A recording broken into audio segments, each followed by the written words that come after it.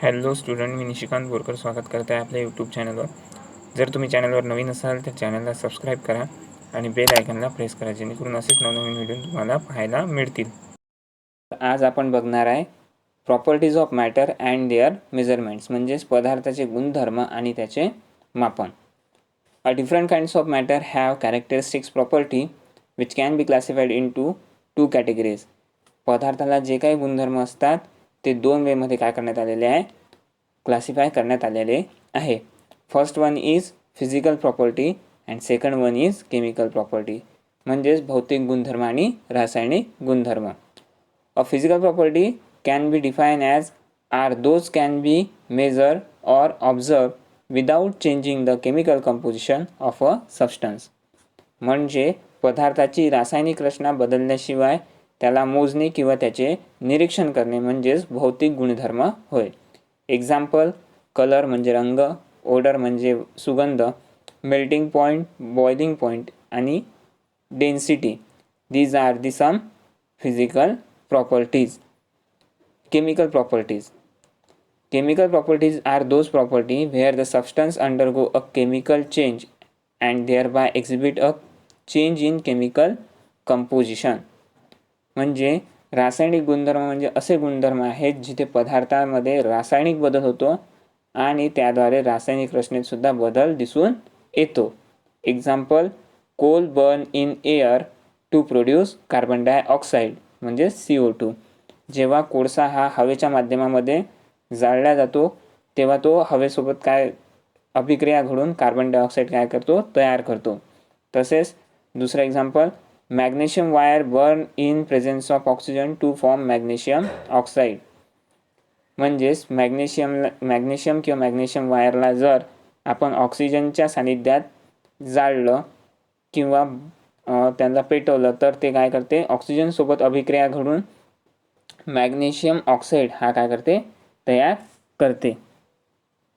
या दोन्ही प्रॉपर्टीवरून असं समजते की फिजिकल प्रॉपर्टीमध्ये आपल्याला कशाचा अभ्यास करावा लागणार आहे, त्याच्या कलरचा, ओडरचा, मेल्टिंग पॉईंटचा, बॉइलिंग पॉईंटचा आणि डेन्सिटीचा, ह्या सगळ्या गोष्टीचा अभ्यास करावा लागणार आहे. तर केमिकल प्रॉपर्टीजमध्ये आपल्याला जे काही केमिकल रिॲक्शन्स आहे पदार्थाच्या व त्याचे केमिकल जे गुणधर्म आहेत त्याचा अभ्यास करायचा आहे. तर आपला नेक्स्ट टॉपिक आहे मेजरमेंट ऑफ प्रॉपर्टी, म्हणजे गुणधर्माचे मापन. Many properties of matter are quantitative in nature. म्हणजे अनेक पदार्थाचे गुणधर्म निसर्गात परिमाणात्मक असतात. Many properties of matter such as mass, length, area, pressure, volume, time etcetera are quantitative in nature.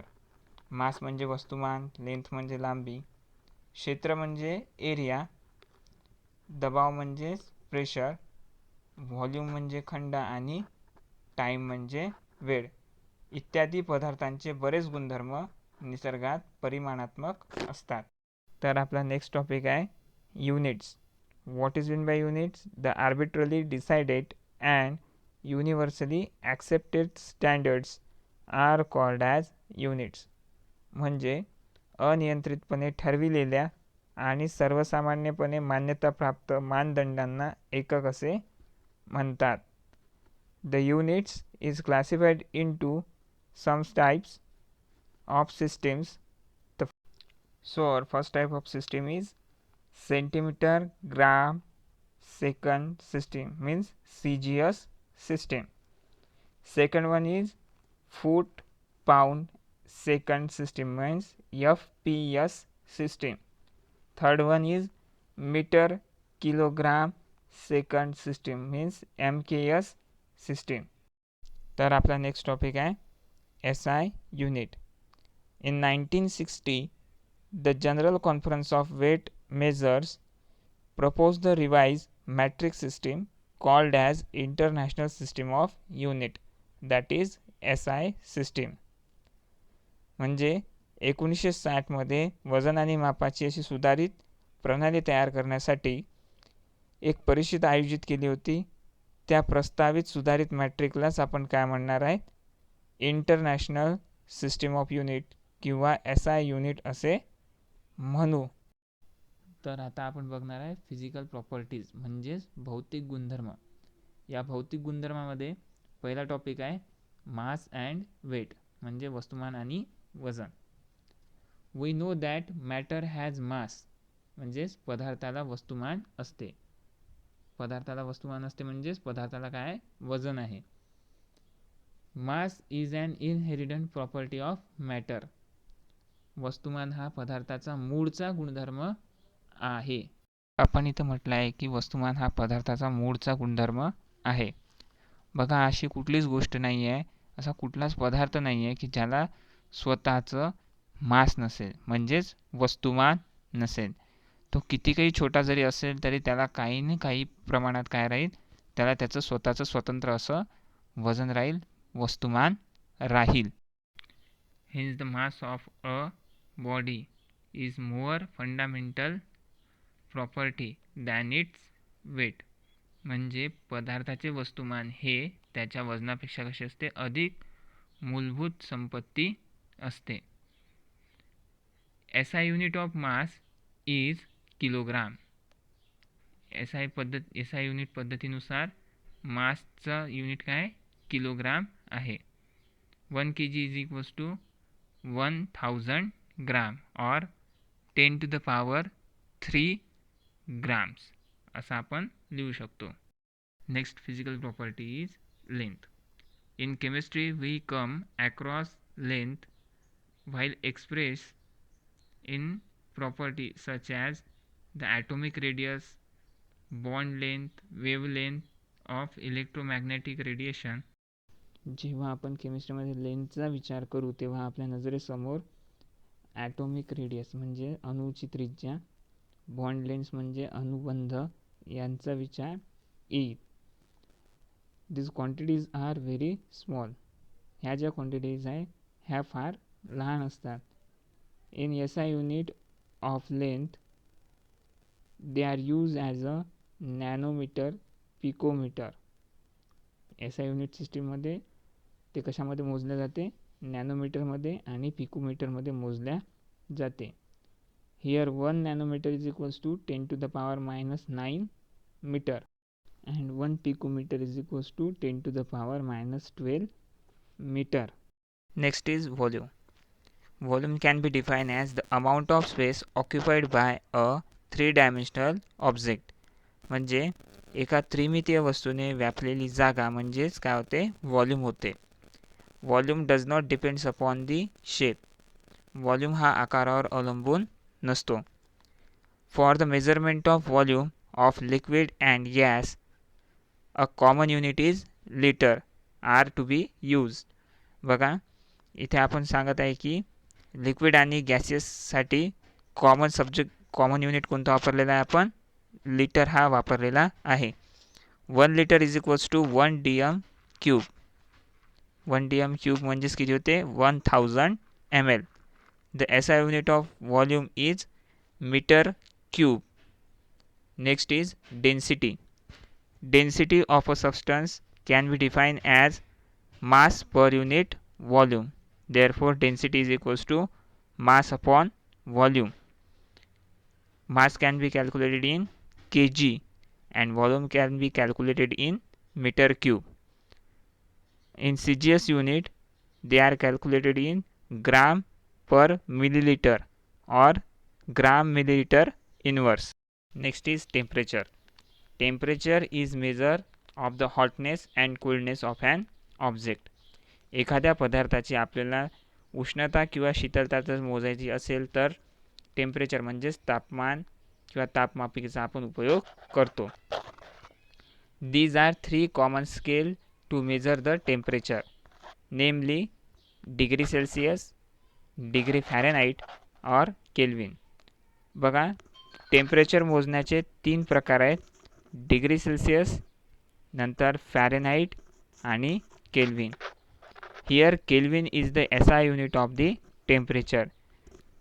SI युनिटच्या पद्धतीनुसार केल्विन हा टेम्परेचरचा काय एकक आहे. आता आपण पाहणार आहे लॉ ऑफ केमिकल कंपोजिशन म्हणजे रासायनिक संयोगाचा नियम. The elements can combine with each other and forms a compound. म्हणजे एलिमेंट्स हे एकत्र येऊन काय तयार करतात? कंपाऊंड्स तयार करतात. This process is governed by 5 basic laws discovered before the knowledge of molecular formula. Molecular formula ही प्रक्रिया 5 मूलभूत नियमांवर आधारलेली आहे, संचालित केली गेलेली आहे. Next is law of conservation of mass. Anthony Lavoisier is a French scientist. He is often to refer to as a father of modern chemistry. Antoine Lavoisierला मॉडर्न केमिस्ट्रीचा जनक म्हणून ओळखल्या जाते. He observed that during the experiments, the total mass of reactant is equal to the total mass of products. त्यांनी केलेल्या एक्सपेरिमेंट्सद्वारे, प्रयोगाद्वारे असं त्याला निरीक्षणास आढळलं की जेवढा मास ऑफ रिॲक्टंट असेल तेवढेच प्रोडक्टचे काय राहील? मास राहील. Total mass of reactant is equals to the total mass of product. Thus the law of conservation of mass state that mass can be neither be created nor be destroyed. म्हणजेच वस्तुमान हे तयार पण करता येत नाही किंवा त्याचा नाश पण केला जाऊ शकत नाही. आपण बघणार आहे law of definite proportion. A given compound always contain exactly the same proportion of elements by weight. कंपाऊंडच्या नेहमीच वजना इतकेच एलिमेंटचे सुद्धा प्रमाण त्यामध्ये प्रेझेंट असते. म्हणजे स्रोत काहीही असो, दिलेल्या कंपाऊंडच्या वजनाप्रमाणेच एलिमेंटचे प्रमाणसुद्धा तेवढेच असते. याला विविध एक्सपेरिमेंट्सद्वारे काय करण्यात आलेले आहे? प्रूव्ह करण्यात आलेले आहे. म्हणूनच याला लॉ ऑफ डेफिनाइट प्रपोर्शन असे म्हटल्या जाते. बघा आता आपण बघणार आहे लॉ ऑफ मल्टिपल प्रपोर्शन, म्हणजे एकापेक्षा जास्त प्रमाण असलेला नियम. हा लॉ जॉन डाल्टन यांनी 1303 मांडला होता. त्यात त्यांना असं आढळलं की 2 किंवा अधिक एलिमेंट्स एकत्र आले की ते एकापेक्षा जास्त कंपाऊंड्स तयार करतात. म्हणजेच when 2 or more elements are combined to each other to forms more than 1 compounds. त्यामुळेच याला आपण काय म्हटलं आहे? Law of multiple proportion. बघा पुढे आपण पाहणार आहे when 2 elements A and B from more than 1 compounds, the masses of element B that combine with given mass A are always in the ratio of small whole numbers. बघा काय म्हटलं इथं, जेव्हा A आणि B हे 2 element एकापेक्षा जास्त compound तयार करतील तेव्हा एलिमेंट Bचे मास हे एलिमेंट Aच्या दिलेल्या माससोबत एकत्रितपणे लहान असते किंवा होल नंबरच्या प्रमाणात असते. तर आपण आता काही एक्झाम्पल्स बघूया. When hydrogen combine with oxygen two forms a 2 compound नेमली water and hydrogen परऑक्साईड.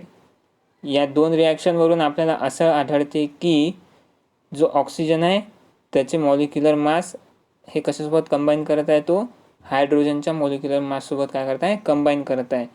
So their ratio of whole number is 16:32 or 1:2. A second example is nitrogen and oxygen combine to each other to forms a 2 compound nitric oxide and nitrogen dioxide.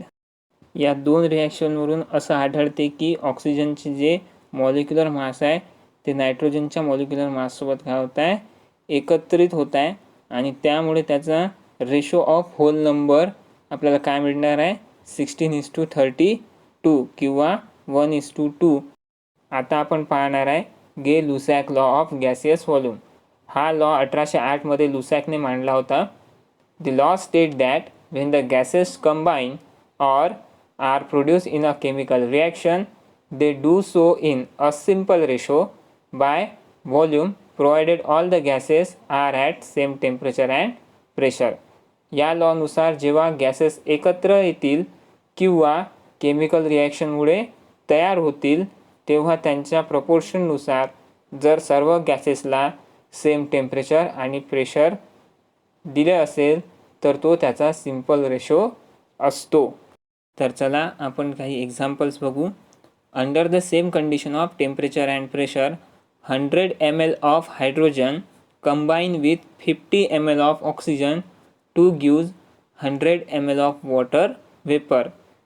बघा, जेव्हा hydrogen gas आणि oxygen gas हे एकाच व्हॉल्यूममध्ये एकत्रच येतात तेव्हा 100 ml hydrogen आणि 50 ml ऑक्सिजन, तेव्हा ते काय तयार करतात, 100 ml पाण्याचे बाष्प म्हणजे वॉटर व्हेपर तयार करतात, ज्याचा रेशो हा कसा राहतो 2:1:2 असा असतो. Next is Avogadro law. अवॅगॅड्रोने हा लॉ 1811 मध्ये मांडला होता. Equal volume of all the gases at the same temperature and pressure contain equal number of molecule. या लॉनुसार सेम टेम्परेचर अँड प्रेशरमध्ये गॅसेस मॉलिक्युल्स सेम प्रपोर्शनमध्ये असतात. Example, if we consider the reaction of hydrogen and oxygen to produce a water vapour. जेव्हा दोन molecule हे हायड्रोजनचे एका ऑक्सिजनच्या मॉलिक्यूलसोबत रिॲक्ट होतील, कंबाईन होतील, तेव्हाच ते काय तयार करतील, वॉटर व्हेपर्स किंवा वॉटर तयार करतील. Next, Dalton atomic theory. 1808 मध्ये डाल्टन यांनी केमिकल फिलॉसॉफीच्या अंतर्गत एक नवीन प्रणाली प्रकाशित केली, ज्यात त्यांनी पुढील वैशिष्ट्ये प्रस्तावित केली, जी नंतर डाल्टन ॲटॉमिक थेअरी म्हणून प्रसिद्ध झाली. So the first point of his theory is matter consist of tiny indivisible particles called as atom. पदार्थामध्ये असे लहान अविभाज्य कण असतात, त्यालाच आपण काय म्हणतो, अणू म्हणजेच ॲटम असे म्हणतो. आपण त्याला काय करू शकत नाही, अविभाज्य म्हणजे त्याला आपण डिव्हाइड करू शकत नाही, ब्रेक करू शकत नाही. Second, all the atoms of a given element have identical properties including mass. Atom of a different element differ in masses. दिलेल्या प्रत्येक एलिमेंटच्या प्रत्येक ॲटममध्ये प्रॉपर्टीज ऑफ मास हे एकसारखी असते, पण वेगवेगळ्या एलिमेंटचे ॲटम आणि मास हे वेगळे असतात. Third, compounds are form when atom of different element combine in a fixed ratio.